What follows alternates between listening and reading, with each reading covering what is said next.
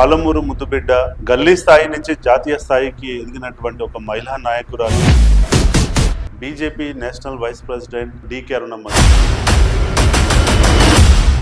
Decay Aruna గారు పెద్ద అవకాశవాది, ఎప్పుడు పార్టీలు మారుతూ ఉంటారని మీ మీద అభియోగం. నేను ఏనాడు రాజకీయ పార్టీ నాకు టికెట్ కావాలని ఎవరి దగ్గర నేను పోలేదు. భారతీయ జనతా పార్టీ తెలంగాణలో అధికారంలో లేదు, నేను పార్టీలో పోయినాడు. మా కుటుంబాన్ని చీల్చేటటువంటి కుళ్ళు చేసిండ్రు.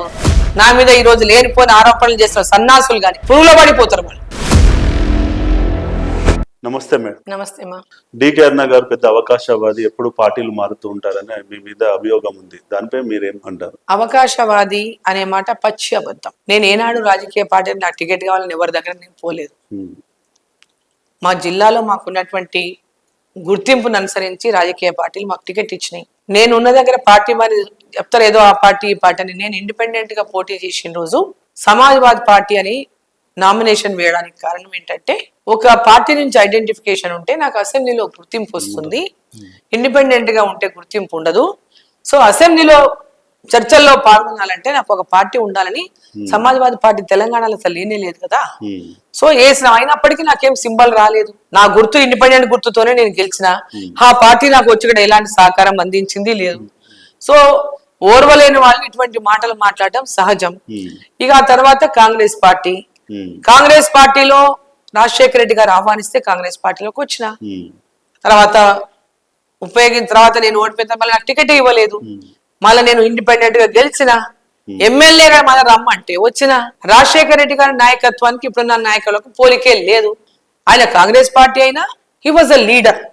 కాంగ్రెస్ పార్టీలో ఆయన కూడా ఎన్ని చెరువుల నీళ్లు దాపా ఆయన చెరువుల నీళ్ళు ఆయన కూడా దాపించిండ్రు రాజశేఖర రెడ్డి గారిని. సో ఈ రోజు ఉన్నటువంటి రేవంత్ రెడ్డి గారు ఎన్ని పార్టీలలో ఉన్నారో ఓ మాట చెప్పాలి.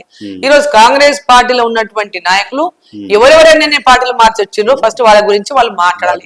డికే అరుణ గురించి కాదు. అధికారాన్ని చూసి కుర్చీల కోసం డికే అరుణ పోలేదు. ఆ రోజు కాంగ్రెస్ పార్టీలకు పోయినా, ఓడిపోయిన పార్టీలకే పోయినా. నేను ఆ రోజు టీడీపీలో మా భర్త పోటీ చేసినా, ఇండిపెండెంట్ గా పోటీ చేసి గెలిచిండు. ఆ రోజు కూడా అధికారం లేదు. మళ్ళీ ఈ రోజు నేను బీజేపీలకు పోయినా అంటే ఇక్కడ అధికారంలో లేదు. భారతీయ జనతా పార్టీ తెలంగాణలో అధికారంలో లేదు, నేను పార్టీలో పోయినాడు. ఇవన్నీ రాజకీయ. నేను పోవాలంటే టీఆర్ఎస్ లోకి పోవాలి. అధికారం కోసం పోతే నేను టీఆర్ఎస్ లోకి పోవాలి.